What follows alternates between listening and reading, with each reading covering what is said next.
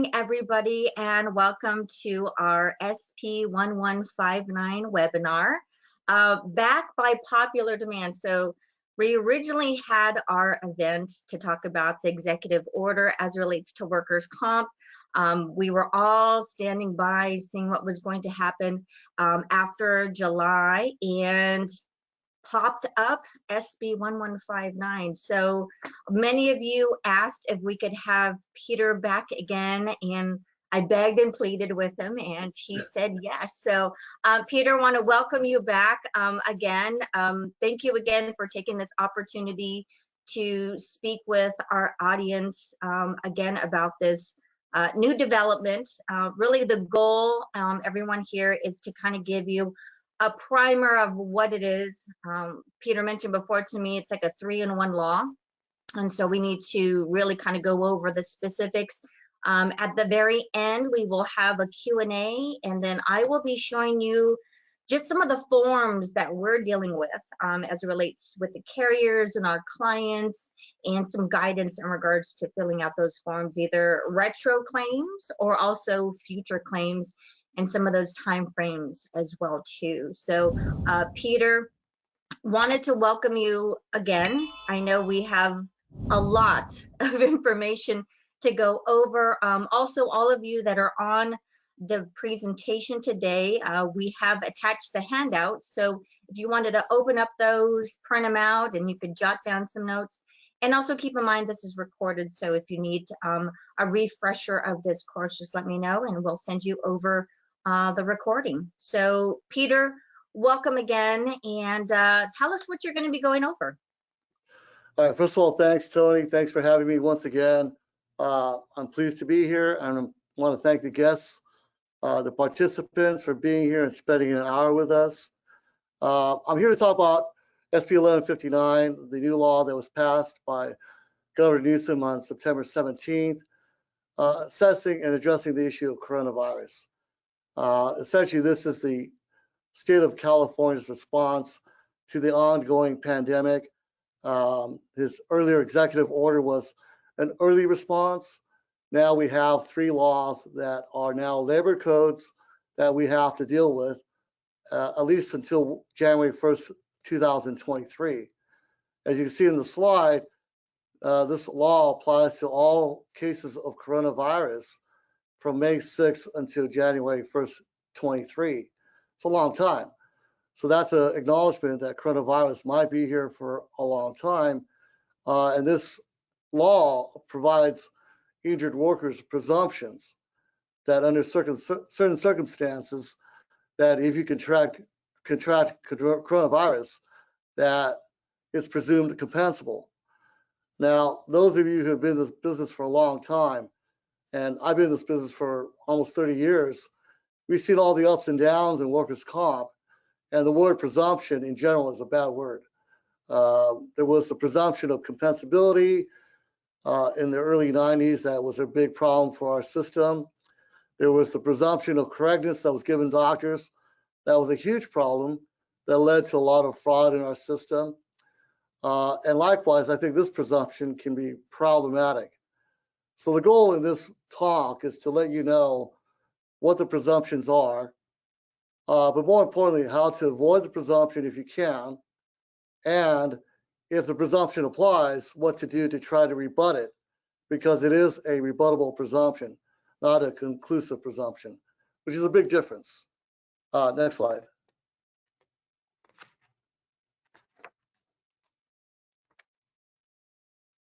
All right, let's talk about the purpose of SB 1159.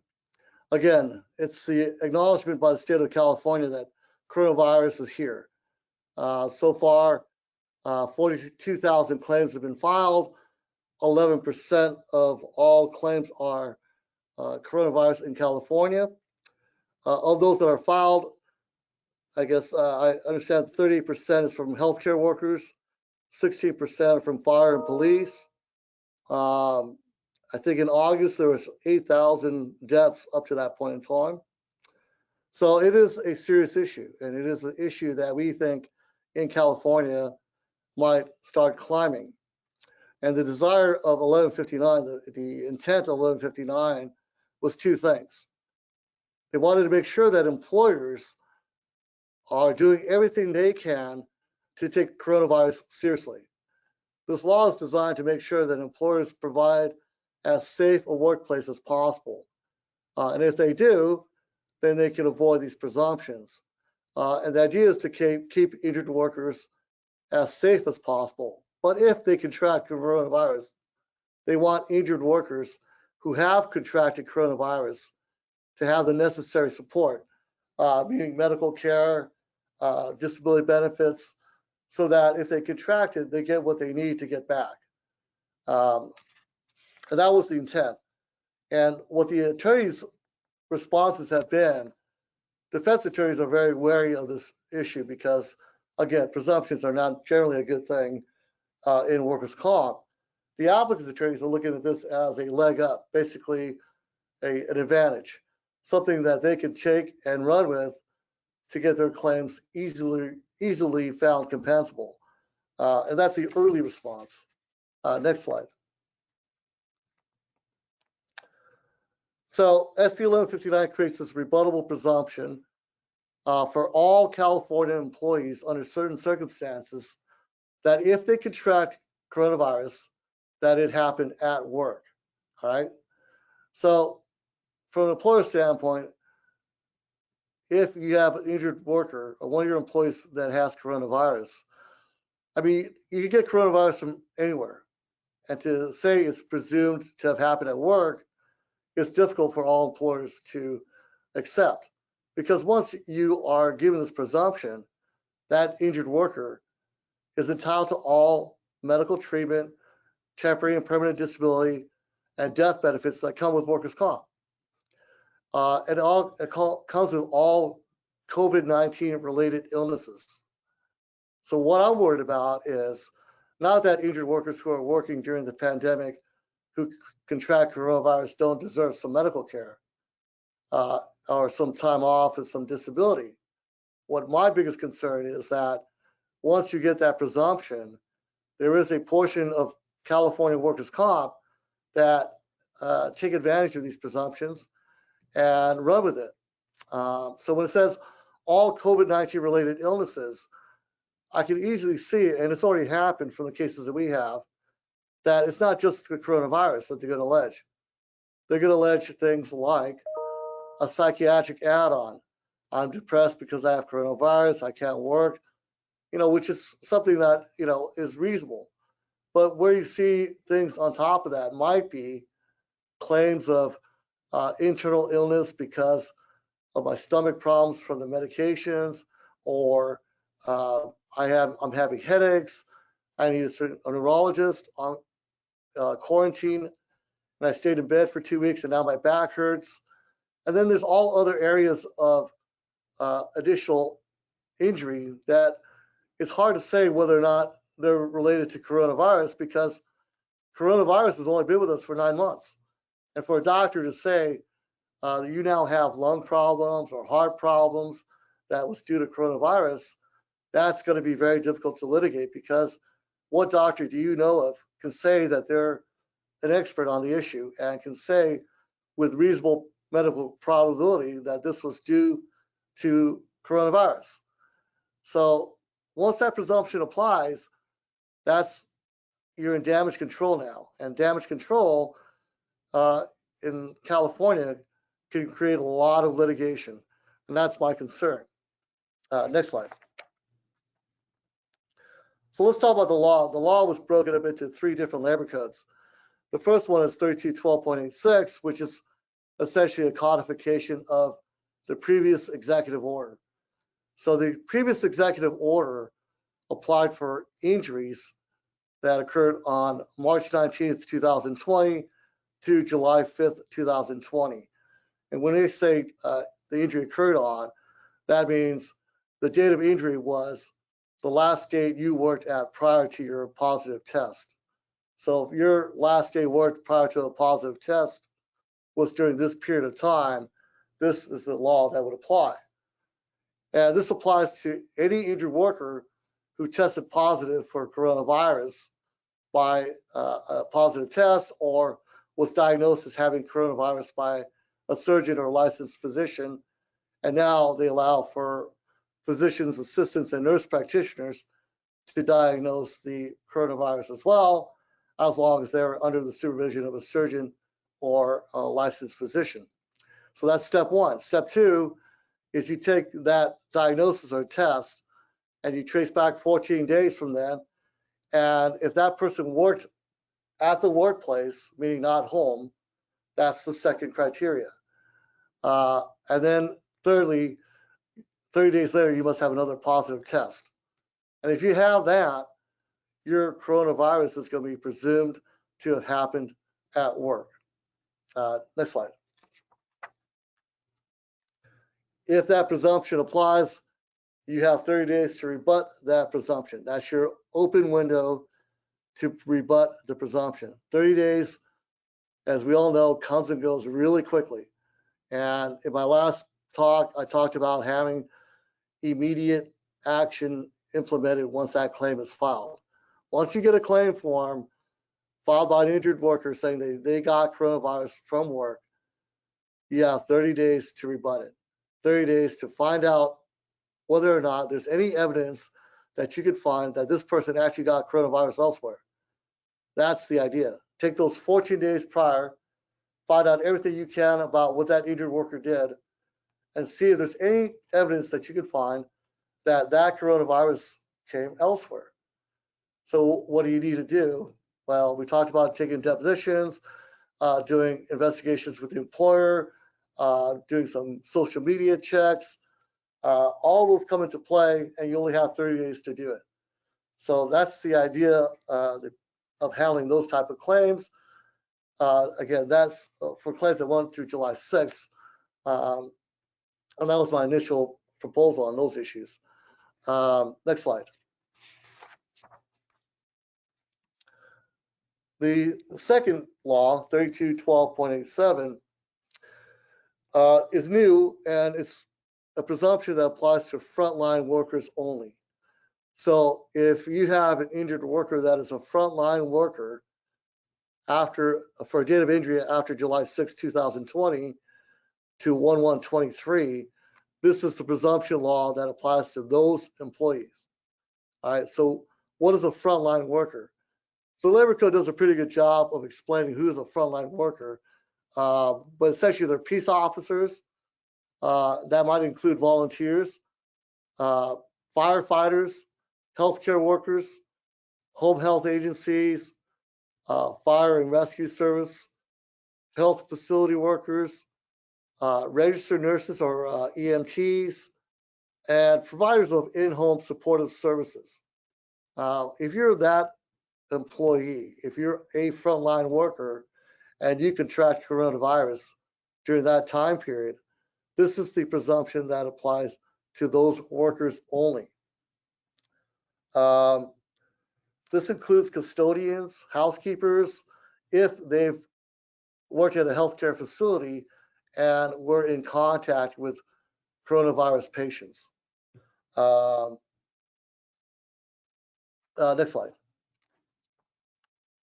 So if you're that type of worker, you get a presumption that your contraction of coronavirus is industrial if you take you have a positive test, which they limit to the PCR testing for now, which is the swab in your nose, and 14 days prior to that positive test, you actually worked at the workplace under the employer's direction.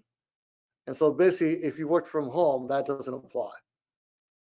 All right, and the last day of work that you worked at the workplace has to be on or after July 6, 2020, as the date of injury is that date, okay? So that's all you need to get the presumption.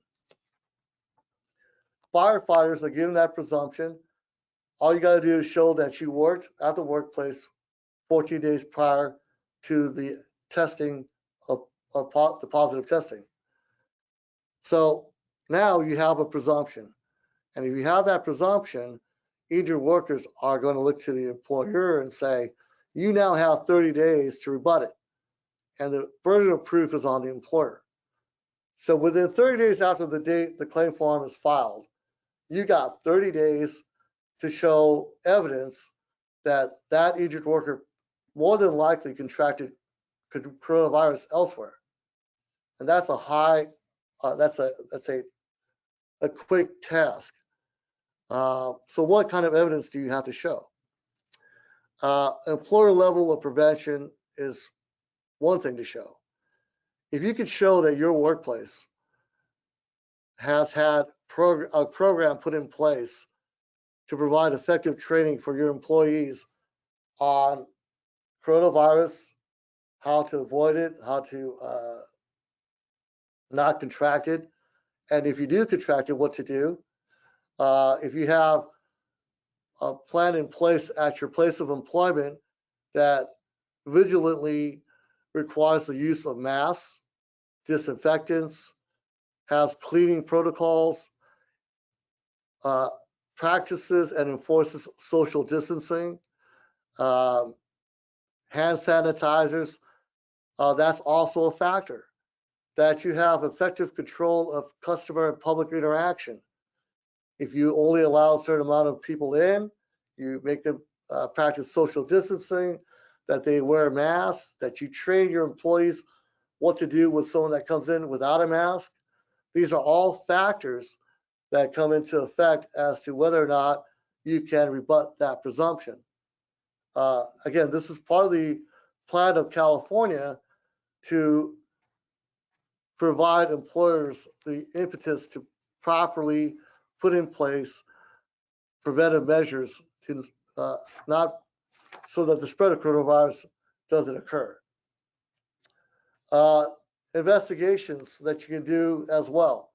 Social media checks. I'm getting a lot of calls from investigators saying this is what we can do under these laws.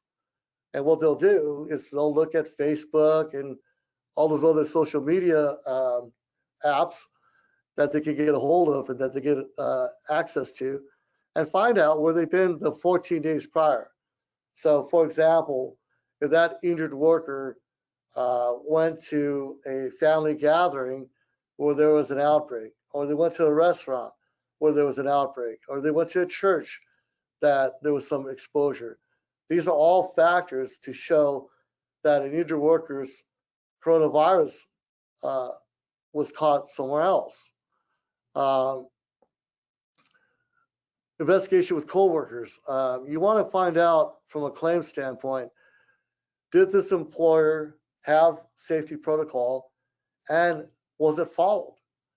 Again, these are factors that you can show a judge down the road that, hey, this person caught coronavirus, but this employer did everything they could to make sure it didn't happen. This employer had no other coronavirus findings, and our social media check and our investigation showed that this person's family member has it, someone's mother has it, someone he lives with has it, or they went someplace where there was an outbreak. That might be enough to rebut the presumption, and that's what you want. You want to make sure that if you can rebut the presumption that you do it, and you do it within those 30 days, or else you got a presumed compensable claim that you're paying benefits on, and that could be, hopefully a small claim, but it could be, a death claim, it could be a hospitalization claim, who knows. You want to find out from your coworkers if they know of anything about that injured worker's home. They may have heard from that injured worker that, hey, my mom just got coronavirus, or my wife just got it, or my sister, whatever. That information can be used to help you rebut this presumption. You also want to find out if the injured worker has any pre-existing health conditions. For two reasons. You want to find out pre-existing health conditions can lead to anticipation of an outcome of the coronavirus that might be worse than usual. And you want to find out that information because we'll talk about this later, but apportionment still applies to these type of claims. Next slide. Deposition. This may sound self-serving, but I think that if you get a coronavirus case, you should schedule the applicant for a deposition as soon as possible. Again, 30 days. And if you have 30 days, setting a deposition takes time. So you want to get your defense attorney on the case as quickly as possible, set that deposition, and under oath question the applicant about where they've been those 14 days. You know, you can only find out so much from social media and so much from coworkers, but if you have the actual injured worker before you and you say to them, okay, you contracted coronavirus or you were diagnosed with this coronavirus on this day, what were you doing prior to that? Who do you live with? Does anybody in your house have coronavirus? Does anybody in your family have it? Get that information as quickly as you can, and then follow up. Have your investigator contact whatever restaurants they went to and see if they had any viruses, or whatever church or whatever beach, wherever that person went. Get that information as quickly as possible. And then the next thing you want to question the injured worker is about safety measures in the workplace. Were you aware of social distancing? Did you practice wearing a face mask? Did you practice wearing gloves? Did you practice hand sanitizers? And hopefully they say yes, and that makes it less likely that they caught it at work. These questions can be asked under oath, but again, with a 30-day period of time to deny a claim, you want to get that information as quickly as possible. And if the injured worker doesn't show up for his depot, then you can argue that your denial after 30 days was due to the fact that you couldn't get that information before. So again, the idea is try to get the presumption not applicable to your case, but for first responders, that's going to be difficult. So in those cases, the best thing to do with frontline workers is to rebut the presumption as best you can. All right, Labor Code Section 3212.88 is the third portion of this law, and this applies to all other employees, anybody but frontline workers under the definition. So for those of us in the audience, that's going to apply to most of you. The grocery workers, the gas station workers, everybody else that has been working since July 6th to now that's not a frontline worker. And as time goes by, more and more employees are going to get back to work at the workplace. So this is the law that applies to those people, those workers. So this is the presumption that I think we most have to concentrate upon. Again, the basic presumption requirements are that you have a positive test by the swab test. And then you trace back 14 days from that positive test. And if that person worked at the workplace at the employer's direction, that's the second requirement. Now, the workplace cannot be that person's home. So if people working at home, this does not apply to you. But if you, in those 14 days, want to work even one of those days, this presumption, you fulfill that second requirement. Next slide.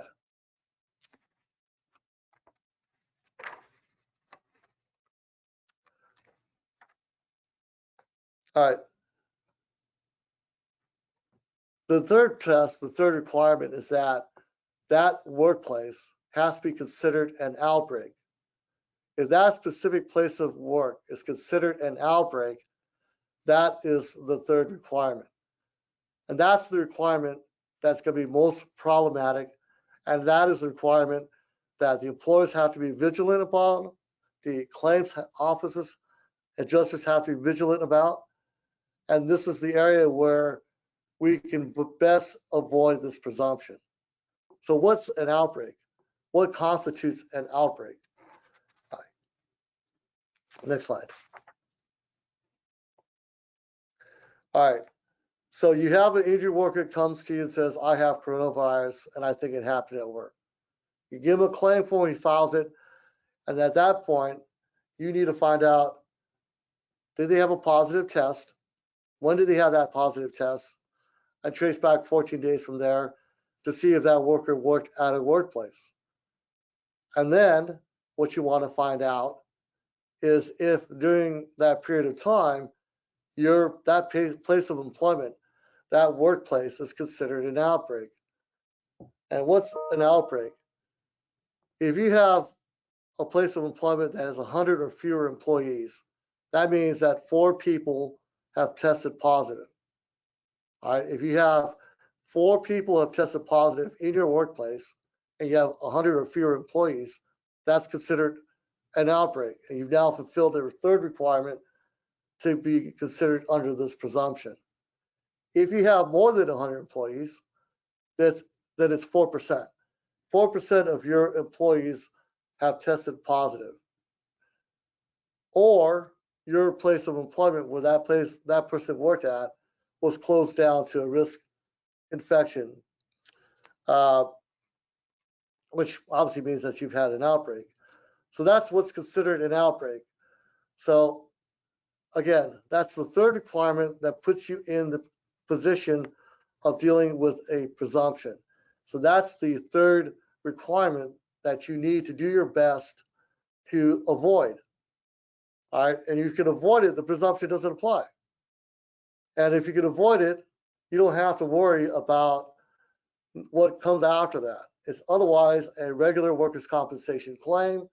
You have 90 days to accept or deny, and you don't have any presumption that it is industrial.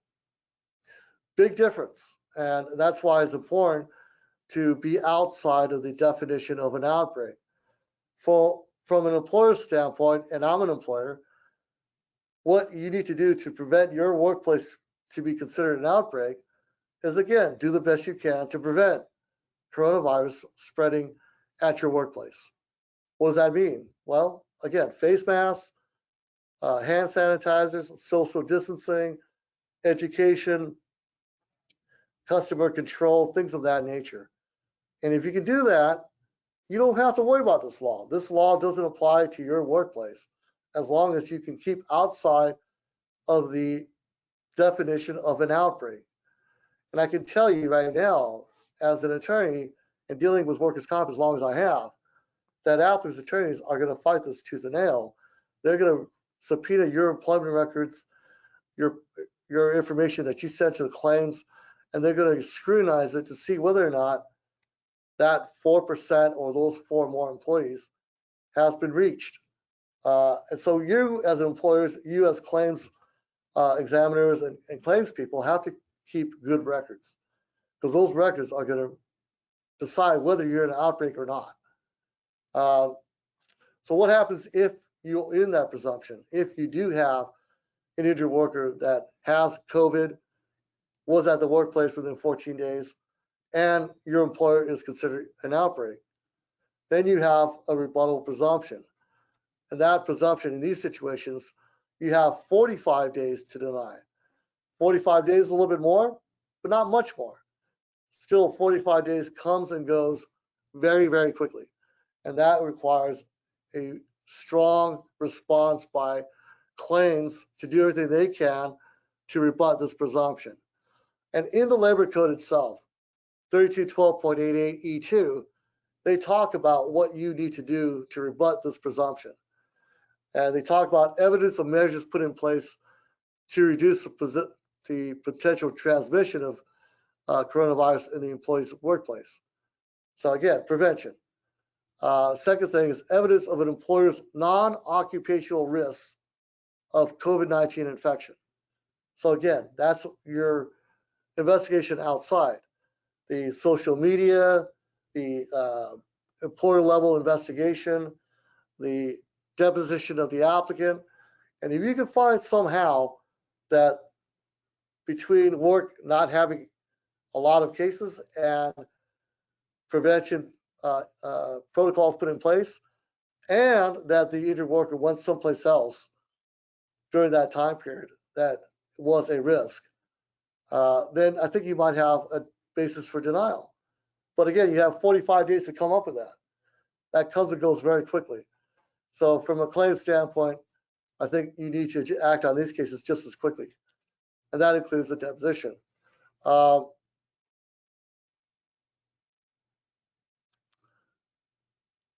And once you have rebutted the presumption, then it's up to a judge to decide whether or not that that evidence of your presumption is sufficient to take the presumption out of the equation. Okay, so you have this issue of what is an outbreak. So if you're an injured worker and you get your claim and you file it, your attorney is going to ask, is your workplace an outbreak? And the only way they're going to find out if your workplace is an outbreak is based on information provided by the claims and the employer. So the law requires now that every employer outside of first responders to provide information. So this requires every employer to be proactive. The law states that when the employer knows or should have known that an employee has tested positive for coronavirus, the employer shall report to claims by fax or email within 3 business days. All right, so just think about that. Injured worker comes to you and says, I have coronavirus. You have 3 days to report to your claims people that an employee has tested positive. You don't provide that person's name, the date of the positive test. Next slide. Where that person worked in your workplace the 14 days prior. And the highest number of employees who reported to work in the 45 days prior. All right. So from an employer standpoint, again, this is a lot of information that you got to provide within 3 days. Guy comes to you, says, I have coronavirus, works at your workplace. You got to file this within 3 days. You got to tell claims all of this information, and you got to provide them with information as to how many employees worked at that particular workplace the 45 days prior. And that's the information that claims has to put in file on your account so that if a coronavirus case does come in, they can provide that information to the injured worker's attorney to say whether they are in an outbreak or they are not in an outbreak. So you're going to see letters from claims saying the presumption does not apply in this case because there was that this employer was not within the term an outbreak during that time period. And here's the evidence to support that finding. And that's the information that you, the employer, are going to provide the claims office to provide to the parties and the judge eventually. And false or misleading information subjects you to a $10,000 fine. So obviously you got to be truthful about it. I would highly recommend that every employer assign a dedicated person to be in charge of accounting and reporting all this information. They have to count the employees, report the information to claims, and keep doing that every time an injured worker comes in and says, I have coronavirus. And that's if an injured worker comes in and says, I have coronavirus, even if he doesn't file a claim. If he files a claim, you got to give him a claim form. If he says, I have coronavirus, I'm going to go home for 2 weeks to quarantine, doesn't file a claim, that's when that triggers your 3-day obligation to provide that information. Just so you know, on the horizon, AB 685 comes into effect in January of next year, and that's going to require employers to tell their employees within 48 hours of a potential risk. So if somebody comes in and says, I have coronavirus, and there's an exposure, you got 48 hours to tell your employees of that potential exposure. Kroger was recently fined over $100,000, not because of this law, but because they were fined by OSHA for not doing effective training, for not having effective safety measures. Specifically, no effective training on how to avoid infections and how to find signs and symptoms of the disease, how to safely use cleaners and disinfectants. They failed to report a COVID-related death within the time frame, allowing too many customers in and having no barriers installed at checkout counters. So again, coronavirus and California, the legislative goal is to make sure that employers take it seriously and place into protocol preventive measures. If your employee comes to you and tested positive before the implementation of this law, September 17th, 2020, and says, I have had coronavirus, and that testing was done during that time period, the employer then shall report to claims via fax or email within 30 days the information and how many employees were at that workplace from the entire period of July 6th through September 17th. So in the case where you have an employee contracting coronavirus before the effective date, there's that retroactive requirement. All right, so what happens if the presumption applies? Again, this is the part where you don't want to hear. You want to avoid the presumption as much as possible. So as an employer, the best way to avoid the presumption is to not be in an outbreak. If you're not in an outbreak, all the stuff I'm going to talk about now doesn't apply. The presumption, if it does apply, then the injured worker is entitled to all benefits under workers' comp. Presumption that the injury, the contraction of coronavirus happened at work. And therefore, you're entitled to everything thereafter. All right, that includes temporary disability, and that requires benefits to be provided after all paid sick leave is exhausted. There's some other limitations, but you're generally entitled to temporary disability. All treatment related to coronavirus illness. All right, again, I talked about in California, I anticipate, and I have seen it already, applicants' attorneys are going to file more than just coronavirus. They're going to say more than just respiratory illness. They're going to start asserting, and you've probably all heard about the add-ons, and they're going to be add-ons. And this add-ons are going to add up to more and more money being spent. The qualified treaters, who's going to be out there? They're going to say that I can treat coronavirus. How many workers' comp attorneys, doctors are there that are going to be out there that can say, I can effectively treat? There's a very small pool of workers' comp doctors already. And from that pool, a lot of them still don't know what TTD is.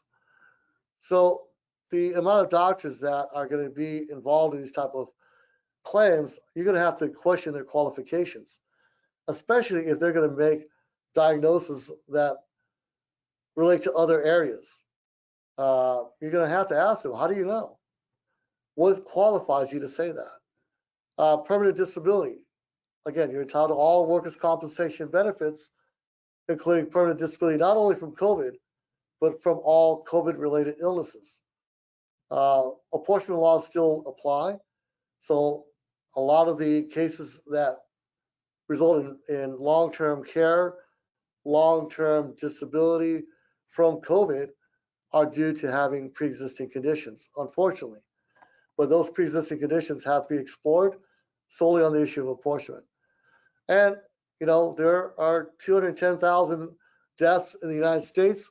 Death benefits are also provided to workers under this presumption, unless you have no dependents. Next slide. All right, so those are the laws. I know I went through really quickly. Well, those are the laws as I've interpreted them. Again, this is an early interpretation of the law. In California, laws change, our interpretation of laws change. And I've seen through my 30 years that what was this could turn into something else 10 years later. So who knows? But this is my interpretation, and here are my practice pointers. Again, prevention.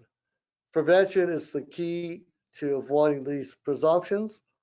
An employer that has strong preventive measures put in place before the contraction of coronavirus is that the employer that's going to look good to a judge.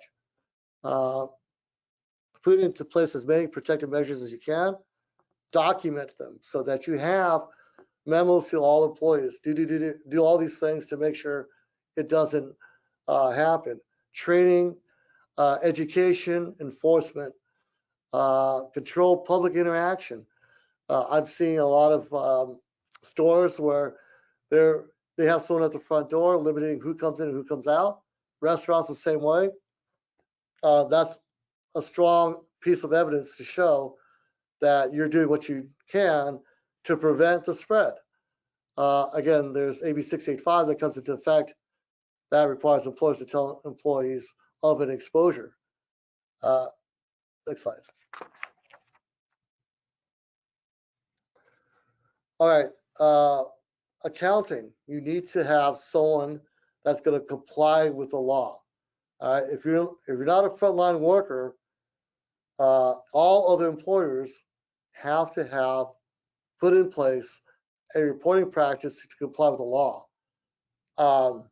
Tony's going to show you some forms that some of the insurance companies have already come up with, and I've reviewed some of them, and they're strong. You can use those forms so that if you get a COVID employee, you fill out the forms and you fax it or email it to your claims within 3 days to comply with the law.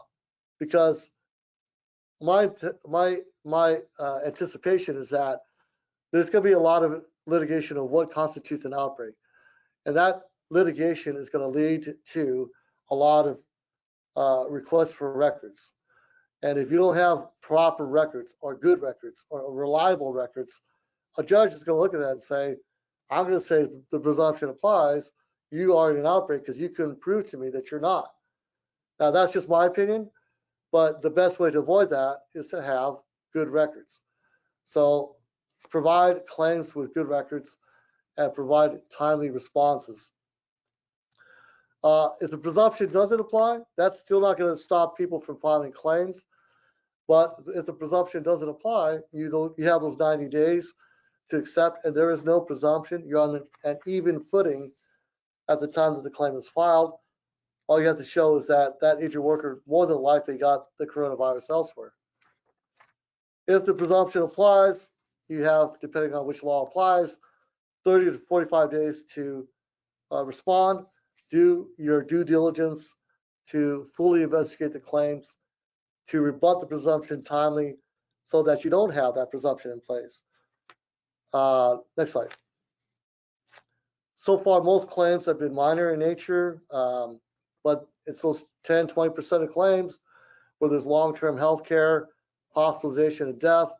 Those small amount of claims, those are the ones you need to avoid. So that's why you got to take every claim seriously, because you only have 30 to 45 days to effectively deny that claim, and you don't know by that point how bad it's going to be. If the claim is not timely denied, the law clearly states that the judges are bound to find injury and award compensation under this rebuttable presumption law.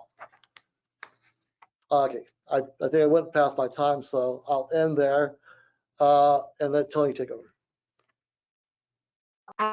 You're probably important than me. Just some that we have from the audience here.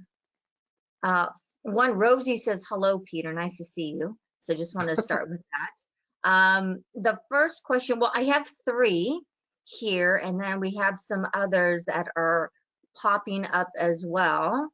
So the first one is the presumption still based on the employee stating they got COVID at work?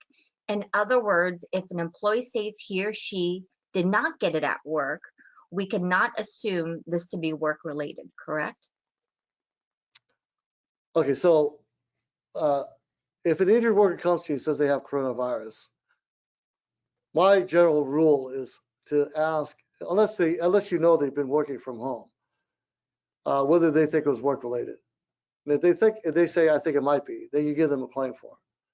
So that's my general rule. It's better to know than not know is my position. But if an injured worker just says I have coronavirus, I'm sorry, an employee comes to you and says I have coronavirus, you know, it could have happened at work, it may not have happened at work, but you do the reporting.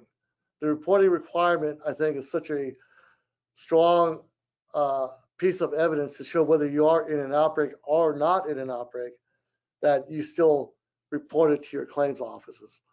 Now, if he says nothing more than that, says I have coronavirus, and I'm going to take the next 2 weeks off to, quarantine myself, and he takes a leave of absence, that's where you need to report to claims. But there's nothing more that you need to do at that point. Got it. Perfect.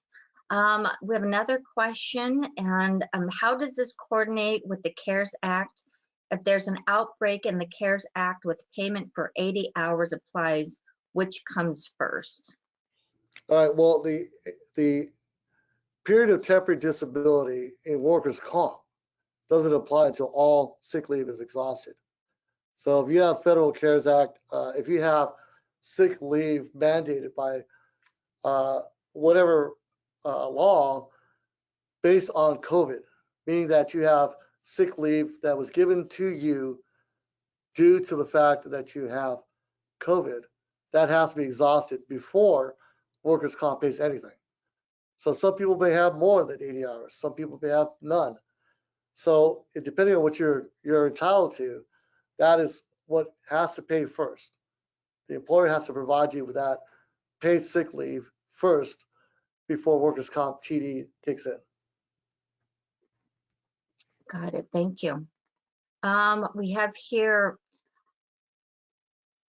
how do you do headcount when your employees work on multiple trade job sites? Okay, that's a very good question because I don't know. The bottom line is that that's a gray area in this law that I think is going to create a lot of litigation. There's 1,000 different types of employment, and during those different types of employment, people may work at a workplace one day, a workplace another day, or various places in the same day. So does that count? Now, the conservative response would be yes, but let me read to you the actual law. It says a specific place of employment means the building, store, facility, or agricultural field where an employee performs work at the employer's direction. All right, and that does not include home. All right, so anything outside of home could be considered a specific place of employment. So for purposes of what you report to claims, so for example, if someone comes to you and says, I got coronavirus, and you need to report it to claims, and part of that requirement is to tell claims what's the most amount of employees that showed up at that workplace the 45 days prior. How do you count that? All right, so if someone came in for an hour, does that count?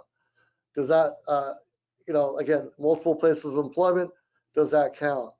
And there's all sorts of different businesses where the place of employment is going to be very gray area. Right. So my answer, again, is I don't know. My answer is that this is going to be subject to litigation. And I just read to you the actual definition in the law. So you can see there's a lot of gray area. And I do expect there to be a lot of litigation. Most places, the place of employment is not that gray. They come to work, it's a workplace, that's what it is. But there's a lot of workplaces where it's going to be a gray area. So, we'll see. And Diana, I'll actually show you one of the forms. It's pretty extensive. You can put, some of the forms actually have 10 spots in regards to locations. Other are a full spreadsheet as well. So you'd have to put down all the locations that this person was at in 14 days. We have a questionnaire. We are testing all of our employees, production related. We test before employment and after they begin work. If after they begin work and they test positive and are asymptomatic, we still need to report these, let's say we need to report these, sorry, this is a long one, still need to report these and obtain the 3 requirements for each one of these cases. Yes, I mean, like I said, anytime an injured worker comes and says they have coronavirus, the requirement is put in place. So even if they tested it negative for 2 weeks prior to that, once that positive test comes in and you're made aware of it, or you should have been made aware of it, that's when the requirement kicks in. And again, 3 days comes and goes very quickly. So You have to do not only find out when that test occurred, but you have to do the accounting of the 45 days prior, and then you have to email or fax it to claims within 3 days. That comes and goes very quickly. So again, a lot of employer obligations under these new laws. Okay, we have a record keeping question. When you say good record keeping, is there a form you recommend that we use, or what specific info should we use to ask and keep? Okay, well, the best record keeping requirement that the most difficult record keeping requirement is the 45 days. So you're going to have to look at where that person worked 14 days prior, and each of those workplaces, you have to know how many employees worked at that workplace the 45 days prior, and then find out what's the highest number. So what I say about good record keeping, you're going to have to come up within 3 days with that information. So the more you keep records of each day, each workplace, how many people were there each day, the easier that job becomes. Again, that sounds like a lot though. So depending on who you are, I mean, if you have 45 different workplaces, that's going to be a very difficult record keeping requirement. But if you only have 3 offices, that shouldn't be that hard to do. And you need to keep those records on a daily basis so that when and if you do get a claim, your response to it should be that difficult. You just take that highest number within those 45 days, and that's the number you give to claims as the highest number of employees that worked at that workplace. Perfect. It's all new, and as Tony indicated, there are forms that insurance companies are preparing for you to use to comply with the law, and you might want to use those forms as well. So I'm going to go into, I know we have a couple more questions here, but I might send those over to you. Peter, what I wanted to do was quickly is we've gathered the forms from the major carriers, Berkshire, ICW, Republic, Pacific Comp, Everest, you name it, we have it. And we've been having one-on-one meetings with them and gathering information. I think the key part of this is you need to have a COVID defense kit, right, Peter? You need to have a COVID detective as well too. One of the things I didn't put on as a handout is I actually have a workers' comp COVID kind of a checklist, because like you were saying, Peter, you've got to get a lot of information while still trying to be compassionate and empathetic as well too. You will need to have some of this information. And what I'm seeing is a lot of people are saying, well, people that I live with, right, have coronavirus. Therefore, I've got coronavirus. And I'm always like, do you have that documented? Who talked to that person? Because we will probably need that down the road. Key thing is training, protocol, whether you be renewing your workers' comp, carriers are looking at you, OSHA is coming in, or you have an outbreak, right? You need all of this information. You really need to show, here is what we're doing, here is our protocol.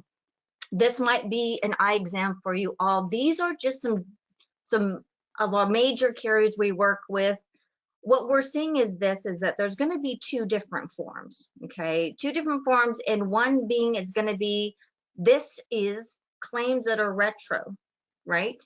July 6th to September 17th. Those have a deadline. What I'm seeing is the end of the month. They need to be in by the end of the month, okay? Again, a lot of times people are going, well, I don't want to turn this in. They're saying it's not work related. I go, it doesn't matter. If they told you they have COVID, you need to turn this in. What they're going to do is see how many of these come in and determine if, in fact, it's an outbreak. So what Peter said is this: we want to stay away from the word outbreak. One, the optics are horrible, right, Peter? Who wants to have, there's an outbreak, right? And you need to, Gloria, you mentioned too, location. I would definitely want to have the bigger location, right? So again, in looking at that, if you have less than 100 for employees, more than 100, that's 4% as well too. A lot of these forms have a backup, and you have to put the total number of people that were there. The carriers are going to be collecting this, and they're going to identify if, in fact, you do have an outbreak. If it's deemed that there's an outbreak, then you are going to be giving them the DW1C form. Okay, so talk to your specific carrier. Also, too, I'm asking all of the carriers and their risk managers, can you please do a walkthrough? Can you please go through with my client to make sure that they're doing everything possible? One, I want you all to get an A+. Two, I want it on record of everything you're doing, because one, if God forbid we have an outbreak, we're going through renewal, or you know what, we're talking to the adjusters now, I want them on record as far as saying they have been proactive, and I've seen it firsthand. Also too, if they have recommendations for you, let's ask for it as well too. But the biggest thing here is they're all kind of the same. They don't want you to put down the name of the employee, maybe an identifier, you know, employee number 102, the date of the test, the positive test. They also want to know how many people were there too. Peter went over the definition there. I would highly recommend that you sit down with your carrier, go through all these various forms. They're all quite different as well too. Here's another one with one of our carriers as well. And all of the carriers that we deal with, what I'm seeing is they have a special COVID email address as well too. So they're collecting all this information, and they're going to determine whether or not there's going to be an outbreak. Okay, so you know, one of the things you mentioned too is that 3 days, Peter. So you need to inform your managers to let you know, whether you're the person that actually deals with the workers' comp, talks to the adjuster, that they have 3 days. So they need to tell you as soon as possible as well too. I was on a carrier webinar, and the biggest thing that they talked about too is employer has direct knowledge and reasonably knows. Now, if I'm your employee and I've talked to your manager, but that manager has not talked to HR, then we have a problem, because I'm the employer, that manager, supervisor, and lead as well too. So all the different carriers, I'd recommend that you make sure you talk to them, get the specific forms, understand how to fill out the forms, understand where you have to send these forms as well too, because there's different channels. Obviously prevention, right, Peter? That exactly. Is the key. That is my middle name is Tony Prevention Shibiyama, because it helps in the end. I don't want people on disability. I don't want to give bad renewals.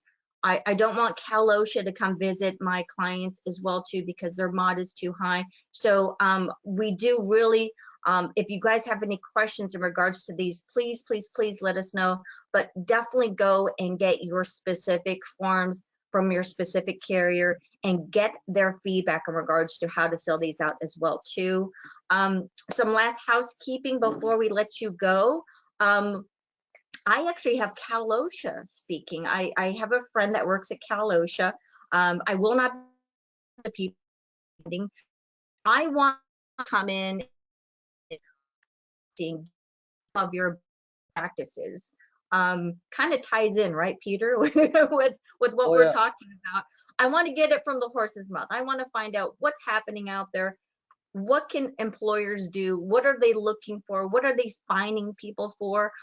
So, you know, same time, same place. We're going to have it October 22nd from 10 to 11. Just more of just best practices. And again, we're having Cal OSHA come in to speak. But if you guys need any assistance with any of your insurance, any of your risk management, please let us know. And Peter, I wanted to thank you so much for being our guest presenter.